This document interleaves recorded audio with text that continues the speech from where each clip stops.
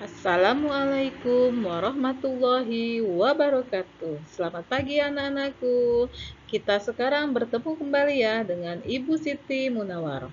Pada materi hari ini kita akan membahas tentang bab 4, Semangat Kebangkitan Nasional tahun 1908 dengan subbab Kondisi Bangsa Indonesia sebelum tahun 1908.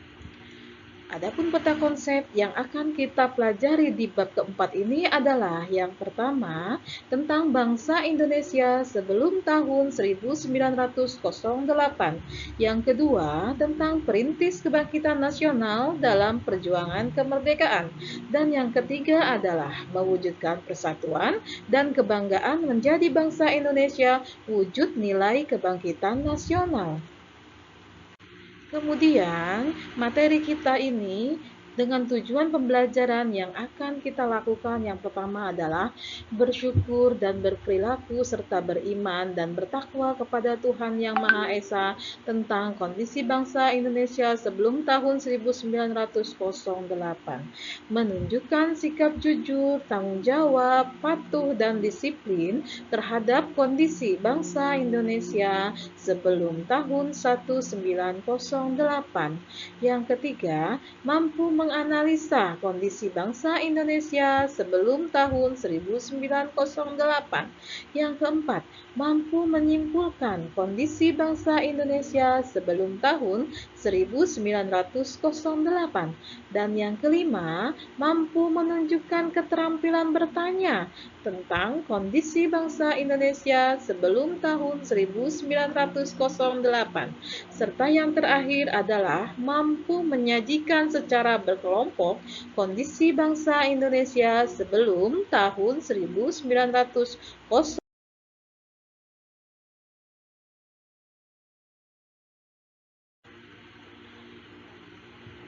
Mulainya penjajahan di Indonesia. Awal dimulainya penjajahan Belanda di Indonesia dimulai sejak didirikannya VOC pada tanggal 20 Maret tahun 1602. Dimulailah berbagai bentuk kekerasan yang menimpa rakyat Indonesia.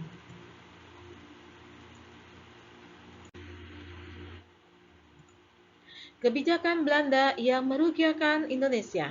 Kebijakan yang pertama adalah politik adu domba atau kita biasa menyebutnya dengan divide et impera. Kebijakan ini dikeluarkan oleh VOC. VOC mengadu domba antar kerajaan sehingga melemahkan sendi kehidupan masyarakat. Yang kedua adalah kerja rodi, dikeluarkan oleh Gubernur Jenderal Dendes. Dengan dipaksanya masyarakat Indonesia membangun jalan Anyer dan Panarukan. Kemudian kebijakan yang selanjutnya adalah kebijakan tanam paksa. Kebijakan ini dikeluarkan oleh Van den Bosch, yaitu kebijakan yang mewajibkan rakyat untuk menanam tanaman yang sudah ditentukan dan hasilnya harus diberikan kepada Belanda. Akibat tanam paksa, yaitu rakyat sangat menderita. Akibat yang kedua, seluruh petani hampir tidak bisa mencukupi kebutuhan hidup mereka sendiri karena petani dipaksa untuk menanam tanaman-tanaman yang sudah ditentukan oleh Belanda, sehingga petani tidak sempat atau bahkan tidak bisa untuk menanam tanaman untuk kebutuhan mereka sehari-hari. Kemudian yang ketiga adalah timbulnya wabah kelaparan, wabah penyakit, dan juga kemiskinan. Karena dengan dipaksanya bangsa kita untuk menanam tanaman yang sudah ditentukan, maka bahan-bahan pangan yang dibutuhkan untuk rakyat kita semakin sedikit. Dan yang terakhir, karena banyaknya wabah kelaparan, wabah penyakit, dan juga kemiskinan, sehingga banyak rakyat yang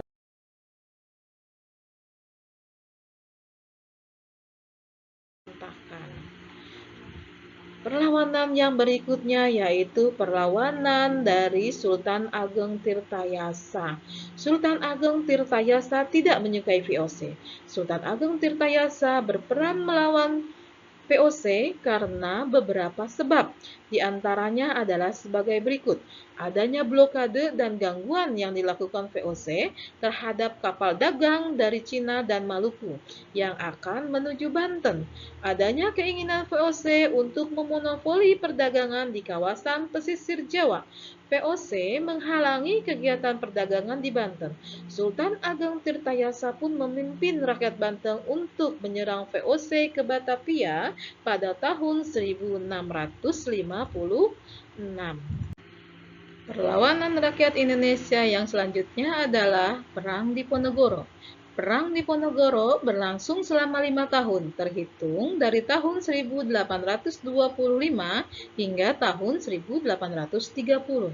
Hal ini diawali dari peristiwa pada tanggal 20 Juli tahun 1825, di mana pihak istana mengutus dua bupati keraton senior yang memimpin pasukan Jawa Belanda untuk menangkap Pangeran Diponegoro dan Mangkubumi di Tegalerjo.